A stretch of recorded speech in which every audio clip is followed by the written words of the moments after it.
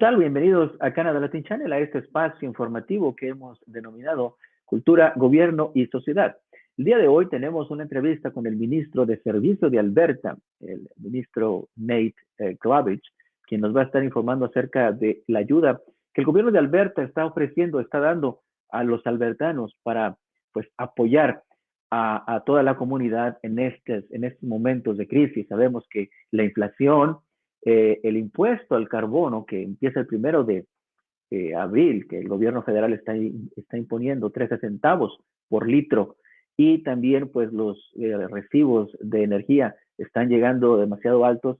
Y basado en esto, en todos estos gastos que los albertanos estamos experimentando, pues el día de hoy tengo el agrado y el honor de presentar y de preguntarle al ministro de Servicios de Alberta qué es lo que está pasando con esta situación y cómo es que el gobierno de Alberta está ayudando a esta situación. Minister, thanks for being here in Canada Latin Channel. Welcome back. Thank you for having me, Hector. It's good to be here. Minister, we are right now passing by a bad situation, not only in Alberta, in Canada, but here in Alberta specifically, we have inflation. We have the gas prices are going up, and we are just passing by the pandemic. And on top of that, the 1st of April, federal government will be put like 13 cents on per liter in the gasoline. So my question is, Minister, what is Alberta and specifically your office, like Service Alberta, doing with help all the Albertans? What kind of programs you have to support it if they need it? Yeah, well, look, you're 100% right. Albertans are facing a significant time of high inflation and increased costs everywhere they look. And, to add insult to injury, the federal government under Prime Minister Justin Trudeau, as you've said, tomorrow is going to be hiking up the carbon tax, which will make everything more and more expensive. As you know, our government has fought very hard against the Trudeau carbon tax. And we will continue to fight against that because we don't believe that it works. And at the end of the day, it is only increasing the cost of everything every day for every Albertan.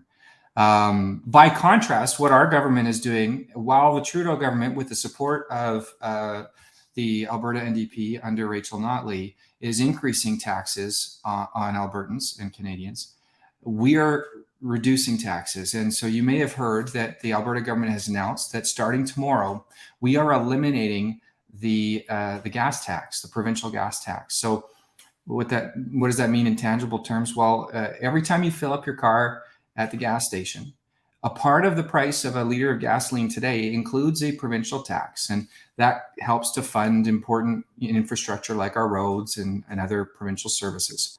What we are saying is, well, at a time of high inflation, when Albertans are struggling, and when we are also benefiting from strong oil prices, we want to put more of that money back in the pockets of Albertans. And so starting tomorrow, while the carbon tax is going to go up because of Justin Trudeau and Rachel Notley, the fuel tax is going to disappear. And so that's going to be, that fuel tax is 13 cents a liter.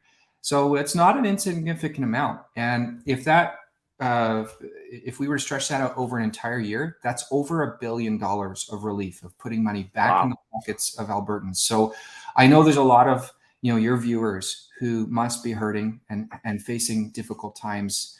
We want you and them to know that we see you, we hear you, and we're with you. And this is one big step that we can take at the government of Alberta to help make life better and to address some of these pressures. And I'm really optimistic this is going to be a big help. But Minister, on terms of jobs and as well to help low-income people as well, you as the government of Alberta have as well help. Right now, we know of some people, it's getting struggle to pay the bills and to pay rent and all that kind of thing. What kind of program do you have, and what kind of support the government of Alberta is doing to help these kind of people? Yeah, well, I know one area of support is through the Utility Consumer Advocate. So for any Albertans who are having difficulty with their utility bill, which I know is a little bit more frequent now than maybe it was last year.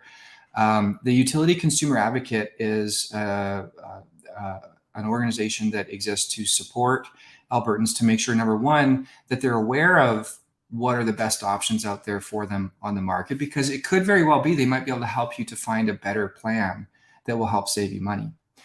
So they're always eager to help with that.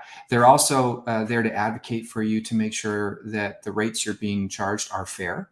And every year they're able to save hundreds of millions of dollars for Albertans through the interventions they make on their behalf. And then in certain scenarios, they're also able to offer some supports if needed. So I would encourage your listeners and viewers, if they're needing to look for some help with making sure they have the best outcome possible with their utility bills, to reach out to the Utilities Consumer Advocate. So that's one option out there that I think could really be relevant to a lot of your listeners. Minister, I want to say thanks for being here. And I don't know if you have something to add, if you have something else to share with us. Sure. Well, today was an exciting day. There's a couple of things that were that have just recently been brought forward from the provincial government standpoint. One is something that Minister of Finance brought forward. I'm really excited about it. And that is legislation that would introduce a new, we call it a regulatory sandbox for in the technology industry, specifically for financial technology companies. So, the banking and investment industry is a great opportunity for some disruption with technology to offer better products and better services. And so for me, as a former venture capital investor who spent most of my career investing in Alberta tech companies before I became an MLA, I'm really excited about the possibilities of this innovation in the financial space. But to do that, sometimes you need a bit of a regulatory environment where you're able to test things and try new things without having all of the same regulatory burden that applies to the big banks and the big investment companies. And that's what this legislation will do. We will be the first jurisdiction in Canada to have a targeted regulatory sandbox to allow new tech companies to innovate and offer Albertans new exciting tools and technologies. And I think this is really going to help Alberta to attract investment, create new jobs, grow and diversify our economy, while also ensuring we're at the forefront of some of these great new innovations. So this is some great news for Alberta, and I'm really appreciative of the Minister of Finance for his leadership on this important exercise. Well, thank you, Hector, and thank you for giving me the opportunity to come and share some of this good news and these exciting developments, and look forward to coming back again soon. Bueno, y así concluimos esta emisión de esta Bueno, y es así como concluimos esta entrevista con el ministro de Servicio de Alberta, Nate Glubish, quien pues ya nos habló de los beneficios y de las ayudas, de los soportes que el gobierno de Alberta está ofreciendo, el gobierno del primer ministro Jason Kenney. Por mi parte, yo lo quiero culminar a que comparta este contenido para que más gente pueda enterarse, pueda tener acceso a la información que aquí nos compartió el ministro de Servicio de Alberta. Yo soy Héctor Chaparro y como siempre le digo, ya está usted informado. Nos vemos en una próxima emisión de estas entrevistas que traemos para usted en este espacio que hemos denominado Cultura, Gobierno y Sociedad. Nos vemos.